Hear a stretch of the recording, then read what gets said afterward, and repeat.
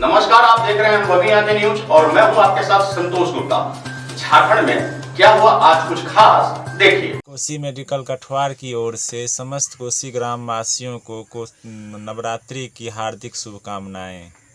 संपूर्ण भारत में आए दिन बलात्कार की घटनाओं का एक दौर सा देखने को मिल रहा है। आपको बता दें कि बलात्कार के बाद हत्या और घृणित कुकर्म की वारदात सामने आ रही है। ऐसे में झारखंड के बोकारो में भी एक डॉक्टर द्वारा, जी हाँ, पेशे से डॉक्टर द्वारा अपने ही मरीज के साथ, उनके शरीर के साथ छेड़छाड़ और अश्लील हरकत करने का आरोप लगा है। बता दें कि डॉक्टर पर आरोप लगते ही उन्हें गिरफ्तार कर लिया गया है। वहीं हंगामा करने के कारण पीड़िता के परिवार से भी एक व्यक्ति को जेल भेजा गया है। बहरहाल पीड़िता हमारे संवाददाता से मिलने के बाद किस तरह अपना दुख बयान कर रही है, आप उसे देखिए। हमने यहाँ उनकी बातचीत में जो अभद्रता दिखी है, जो ऐसे शब्द थे जिसे हम सुनाना खुद भी मर्यादा के तहत नहीं उचित समझ रहे हैं, वहाँ बीप डाल रहे हैं। अभी हम बारीडीह थाना क्षेत्र के रांची महला कुर्मीडी क्षेत्र में है, जहां पर हमारे सामने एक पीड़िता है जो हम नाम लेना नहीं चाहेंगे। इन बच्ची के साथ क्या हुआ हमने नहीं देखा, किसने देखा, इनके साथ क्या हुआ है, लड़की खुद सही बताएगी अपनी जुबान से। बोलो। शर्माना नहीं, आपके साथ कोई भी है तो मतलब शर्म नहीं करना है, क्योंकि इसको सारा दुनिया देखेगी।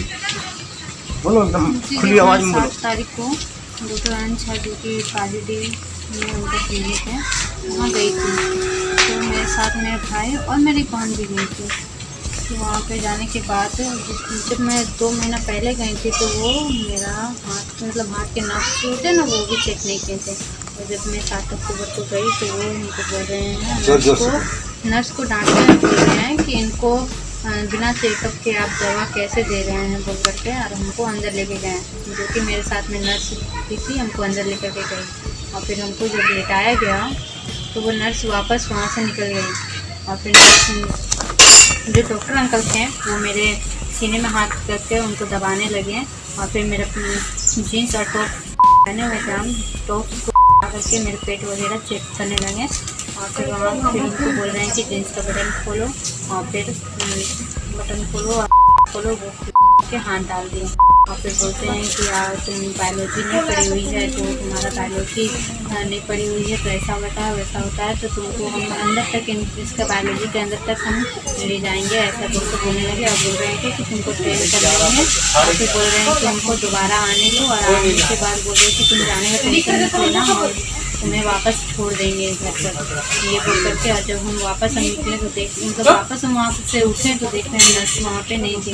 हमको लगा कि वहाँ पे नर्स है, जो नर्स ने मुझे टच कर, लेकिन वहाँ पे नर्स भी नहीं थी। और फिर उसके बाद जब हम निकल कर देखें कि नर्स भी वहाँ पे नहीं थी तो हम बहुत घबरा गए। घबराने के बाद हम ना ही अपने बहन को बोल पाएँ और ना ही अपने भाई को बोल कर पाएँ।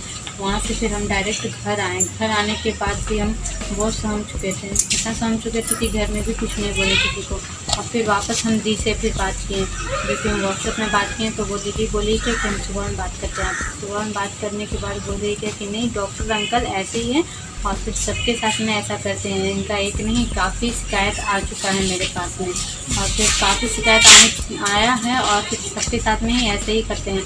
वो किसी को समझाते हैं तो मुँह से नहीं, सबको प्रैक्टिकली बताते हैं।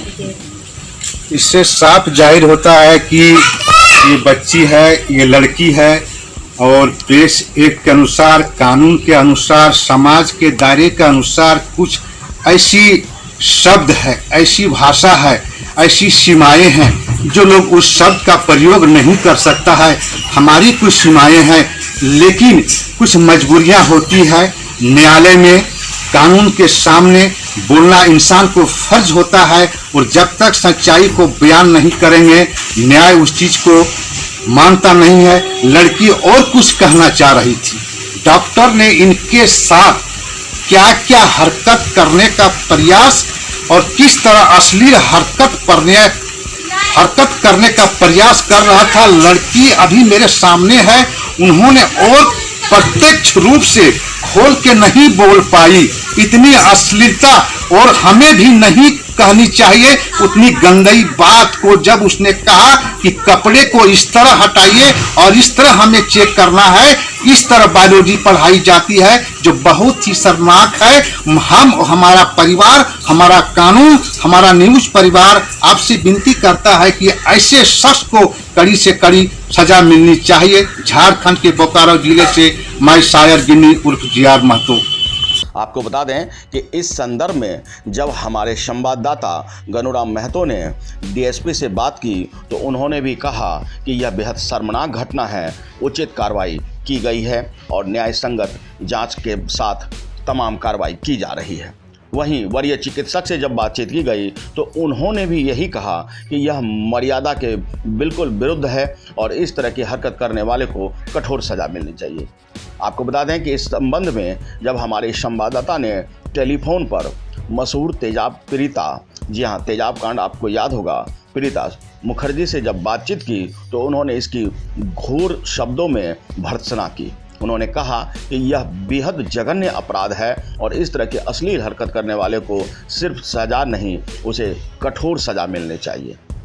यहाँ अनुभवी आंखें न्यूज मांग करती है कि भारत में जो इन दिनों लगातार इस तरह के अश्लील हरकतें, छेड़छाड़, बलात्कार की घटनाएं हो रही है, उस पर सरकार संज्ञान ले, एक ऐसा कानून तैयार करे जिससे लोगों के मन में भय व्याप्त हो। निर्भया कांड के बाद कानून भी बने और ट्रायल भी स्पीडी आरंभ हुआ, लेकिन बावजूद इसके यह लग रहा है मानो ऊंट के मुंह में जीरा ही है। मान और मर्यादा और कुछ नियमों को ध्यान में रखते हुए कई चीज़ों को हम यहाँ नहीं दिखा पा रहे हैं, लेकिन इतना तय है कि इस तरह की हरकत करने वालों के मन में डर बैठे, इसके लिए कानून सख्त होना बेहद आवश्यक है। बोकारो से गनुराम महतो की रिपोर्ट। अगर आपने अब तक हमारा चैनल सब्सक्राइब नहीं किया है तो सब्सक्राइब करें और बेल आइकन अवश्य दबाएं ताकि खबरों का नोटिफिकेशन आपको मिलता रहे।